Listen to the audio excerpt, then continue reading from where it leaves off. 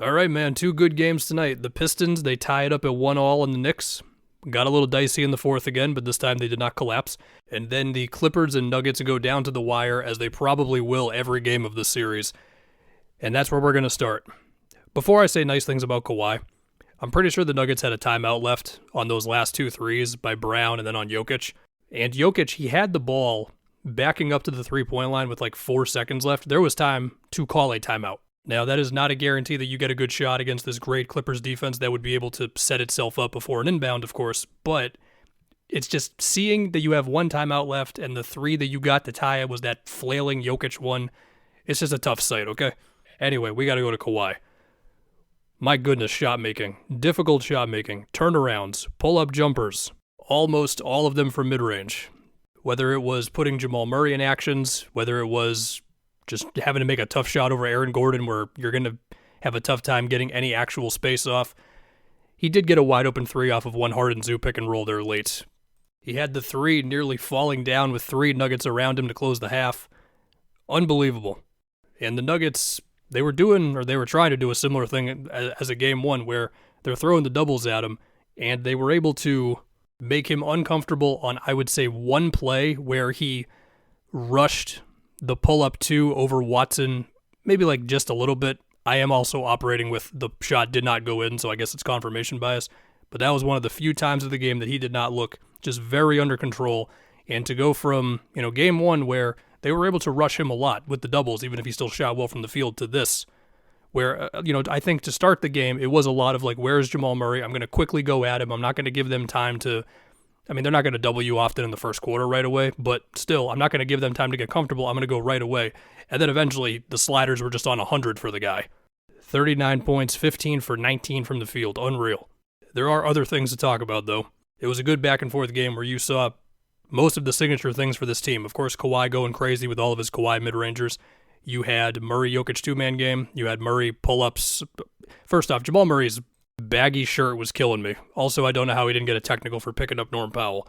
But yes, you did get a Murray 3 late there against Zoo dropping back on a screen. You had, Jokic Murray DHO becomes an Aaron Gordon cut. You had Murray getting a 3 off of what felt like Jokic being triple teamed in the post one time, one pass away. The Nuggets, they do all this in their sleep, of course.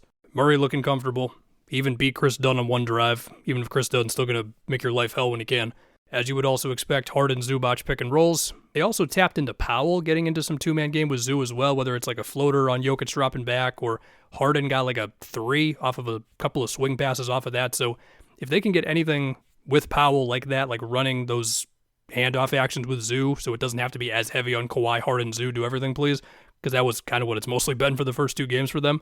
They're desperate to get any scoring off the bench right now. Then that would be nice for them. He did also have that big 3 Powell over Jokic late there. But yeah, this game, eventually it came down to who was going to win the last couple of minutes. And usually that would be the Nuggets. And it appeared it was going that way with MPJ's offensive rebounds and him getting a 3 off of a broken play and Russ getting a couple of 3s off of them not guarding him. But it did feel like late there, the Clippers, they were trying to get into a little more of changing the timing or the angle on when they were doubling Jokic, or perhaps it's just different versions of not guarding Russ. But on the turnover late there, it was Harden and Zoo who were all over Jokic, and then Westbrook was wide open on the other side of the floor. And then Christian Brown actually didn't do Jokic favors here because he relocated basically to where Russ was, which brought Kawhi with him, which made it easier for Kawhi to make the steal when Jokic tried the cross-court pass. And then we got, once again, the last 20 seconds there where they had a timeout, and instead it was 2. And then you got those Jokic and Christian Brown 3s right at the end. Really fun game. This series, through 2 games, has been as good as we thought it was going to be. I will say with Jokic, he did look a little more human tonight. He still had 26, 12, and 10, but 7 turnovers. I just pointed the one out there. I'd have to go back and look at all the other ones. Missed free throws. Zoo had a tough finish around the basket late on. I felt like Zoo had a couple of hook shots over Jokic, one off of a really good Powell drive. And then, what the hell was that play where he thought the shot clock was like going down when it wasn't? There was like 10 seconds left. It happened on that one for Jokic. Or I guess I do know what happened, but like, why did that happen, bro? He also had a really bad pass for a turnover earlier in the fourth. I remember him missing something around the rim where like Zoo and Bogey were all over him. Again, the stat line still is really good because Jokic is a great player, but for Jokic standards, this game was like, what is going on right now? That was a great time. Can I go on to Knicks Pistons now? Before I say anything, I will acknowledge, yes, Jalen Brunson's foul drawing, especially that one on Tobias. Yeah, it's annoying. But if they're going to call it, then they're going to call it. Yeah, the Pistons also had way more free throw attempts. Yes, Brunson also had a lot of tough shots made that were not free throws. It also felt like the officiating was kind of all over the place in this game, where sometimes really physical is not a foul, other times it is. I will say nice things about Cade and Dennis Schroeder, but I would like to start with the Knicks offense, also known as the Pistons defense here. The Pistons have the Knicks in the mud. They've got Duren, or in this game, Paul Reed, playing off of Josh Hart. They've got Tobias on Cat. In the first game, Cat was able to just get buckets in that, but even then, it was mostly twos in the post, ISO, stuff like that. Cat only took 2 threes in this game, and that's what can happen when you have a physical defense that also puts wings on Cats and on Cat, and you become more switchable, and your big just doesn't have to constantly worry about like Cat pick and pops and all that. It can make them easier to guard. Again, he went nuts in game 1 in these situations, but it did feel like in the second half especially, the Knicks started trying to get more of Josh Hart's screening on the ball to put Duren or Paul Reed in the action. And I thought it was kind of a mixed bag. I mean, I'm probably forgetting about some plays, but there were 2 Brunson or Bridges missed pull-up 2s. Josh Hart got fouled by Duren on the cut. One time where the spacing was kind of out of whack. So like as Josh Hart is cutting, McHale is also, or not McHale, Cat was also cutting. And so it became a bad pass from Brunson, I believe, because the paint was just not really open. And I also thought there was some weird spacing stuff for the Knicks sometimes where, let's say Mitch is in the dunker spot and Duren is ignoring Josh Hart, who was on the wing, and then Tobias is boxing out Mitch, and then Duren contests Brunson, but also OG and Josh Hart are too close to each other on the wing to where Cade can kind of guard both of them at the same time. Stuff like that. Anyway, late there, they did run a Cat Brunson inverted screen. I was like, that's interesting. That actually got him a deuce open 3 that he did not make, but I was like, okay, that's like an actual drive and kick thing.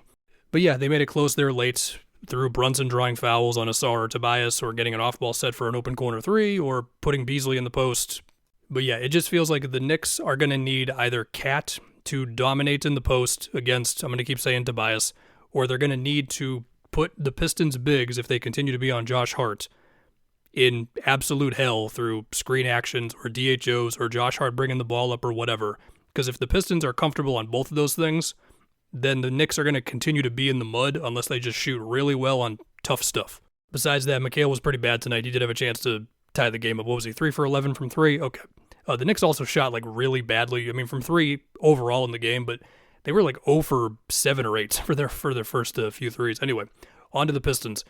Cade, he keeps putting Brunson in action. It gets OG off balance just enough to where Cade can then get downhill, and I mean, in this game it was a lot of free throws. They did also run some cool stuff where like Cade brings it up and then throws it to Tobias and then starts running into the handoff action, or whoever McHale is on screen for Cade very early, and then Cade can go at the McHale switch, which he likes more than the OG matchup. Then as far as Schroeder, hey man, Schroeder was feeling comfortable just taking a shot in the split second that Brunson has to either decide to switch or go back to his guy. And I guess that's all I'm going to say about Schroeder, but it mattered a lot. That shot he had to lead was really big. Last thing, through 2 games, Cat and Mitch, they've played 15 minutes together, and it's basically a neutral net rating according to NBA.com. If somewhere else says something different, then okay, that's the one resource I have. It's good stuff, man. Basketball is fun.